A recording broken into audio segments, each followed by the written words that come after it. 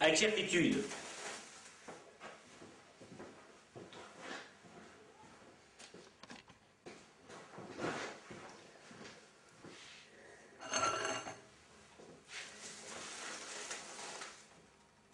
Il ne faut pas être imbu de sa personne, comme disait mon ami Thomas Van Lieshout, pardon, à qui je m'adresse directement.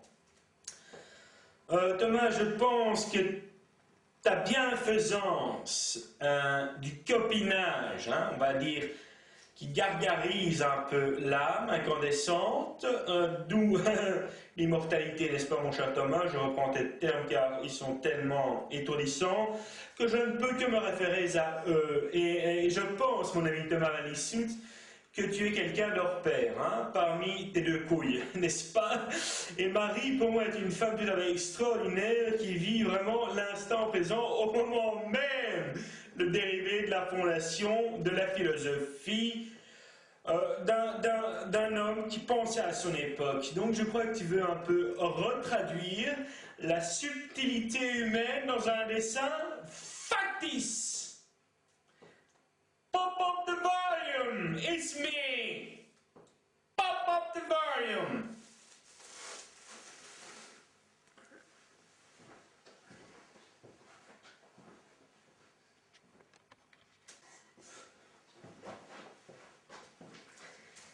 Et alors, j'enchaînerai là-dessus. Et Carla Bruni, par exemple, avec sa nouvelle profession tout à fait honorable, évidemment, dans la musique. Tu vois, quelqu'un m'a dit que c'était un salaud. Allez, personnellement, ça touche personne, puisque quelqu'un m'a dit, on ne sait pas qui c'est, m'a dit que c'était un salaud, on ne sait pas non plus qui c'est. Tu vois? Et ce que je disais tout à l'heure, quand une salope allait sucer la bite du pape et que ça n'intéressait pas les médias à cause de l'ancienneté, si tu veux, je veux dire, il ne faut pas commencer à essayer d'interjeter appel sur quelqu'un que tu n'as plus vu depuis longtemps, tu vois, en lui disant « reviens avec moi » parce que quand c'est fini, tu comprends bien. De là, je crois qu'est né le désir de l'objectivation, si tu veux, de cette femme que je n'aime pas, la Brigitte, sur Dimitri. Ce n'est plus subjectif, tu es obligé, tu comprends. Mais moi, j'en ai rien à branler de cette femme,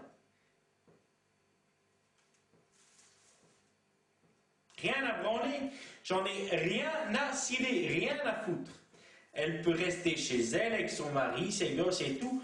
Je ne comprends même pas ce qu'elle essaie de dire tellement qu'elle est idiote dans son art de vouloir être la déesse et le mythe de l'amour. Alors une télé comme ça, si tu veux, qui fait tout pour te dire « tiens, maintenant je dois convaincre ». Ben, la télé, elle n'a convaincu personne après les traits de lumière qui l'ont inventé. Alors il va nous dire d'où la lumière qui nous montre le chemin. Mais je ne vous ai pas dit ça. Il faut comprendre la vie. Et la vie n'est pas un portefeuille dans lequel on met des sous. La vie est fondée en raison. À partir de là, on peut discuter d'une manière pas algébrique, ce que je voulais dire, mais on va dire active. Ça c'est le terme, parce que si tu commences pendant, je ne sais pas moi, avec des médicaments, des hospitalisations en psychiatrie, on ne rit plus personne ne va rire. Perds tes cheveux, t'es moins beau, t'es gros, bon. Mais je ne suis pas laid, je le sais bien, et je peux me rendre non plus comme une victime chez le psychiatre qui m'agresse. Parce que le psychiatre est un agresseur potentiel, puisqu'il prescrit une ordonnance. Mais son ordonnance, elle n'est pas médicamenteuse, ce n'est pas l'ordonnance du code napoléonien, c'est l'ordonnance par rapport à une conduite. Et je reviens au mot conduite, là, avec l'électricité, je ne savais pas développer. Je retombe bien sur mes pompes, je m'emberlificote, vous le consentirez. Je retombe sur mes pattes comme un chat qui tombe de l'arbre et qui retombe sur ses pattes. Mais l'ordonnance, c'est une conduite, un comportement que tu dois adopter Vous rencontrez la psychiatre, nom de Dieu, mon ami, tu l'avais pas encore compris ou quoi? Si, hein, évidemment, hein. Évidemment, hein.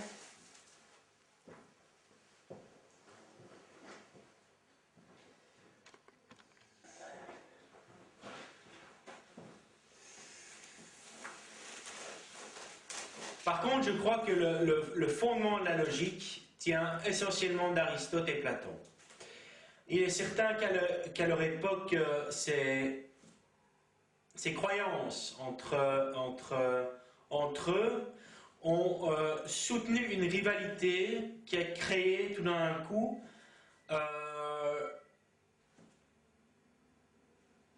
l'influence, mais l'influence n'existait pas à cette époque-là, il n'y avait que les temples qui donnaient le tempo de la raison. Mais ils étaient bien conscients que l'émancipation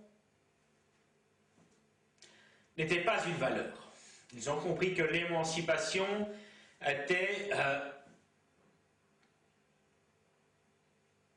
le contraire d'une doctrine. Donc ils n'ont jamais créé de doctrine, ils ont essayé d'appeler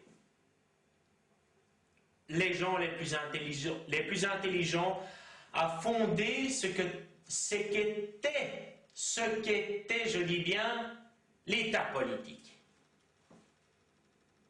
Une gouvernance intrinsèque à une philosophie religieuse. Et cette philosophie religieuse nous a donné la démocratie par après, certainement pas avec César, qui n'avait rien à voir avec la Grèce antique, mais qui a su être rétroactif tout simplement.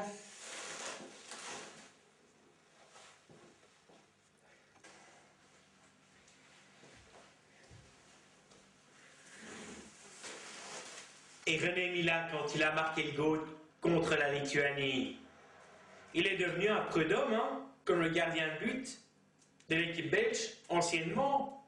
Jeu de mots nouveau, tu comprends. Allez, trêve de plaisanterie maintenant. Si tu avais affaire à Marcelin Caillou, qu'est-ce que tu ferais? Pas grand-chose, hein. Marcelin Caillou, 35 dames de Kung-Fu, c'est un duc, beaucoup d'argent, beaucoup de projets, des idées tchic-tchac, tant que t'en veux bien, et l'histoire continue, hein, il faut toujours changer la version, tu vois. Eh ouais, et Anne Delvaux, je suis tombé amoureux d'elle quand je l'ai vue la première fois à la télé. Je n'ai pas écrit de lettres, heureusement, parce que on m'a appris par mon éducation que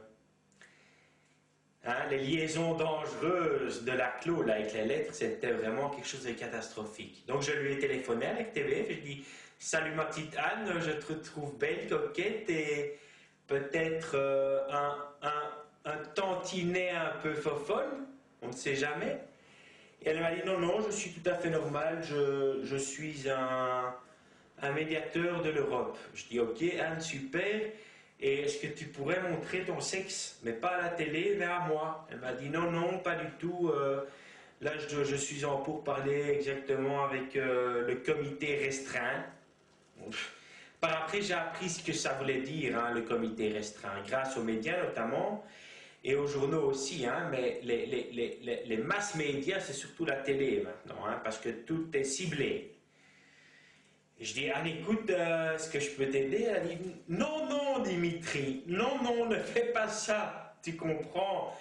Ah ouais, à 34 ans, la pilule est difficile à digérer pour la woman. Hein? Et elle fait toujours le top show, le show business. Elle a toujours beaucoup de poils à la chatte, c'est très velu. Elle dit toujours, moi, la branlette espagnole, c'est pas mon pain quotidien. Je dis,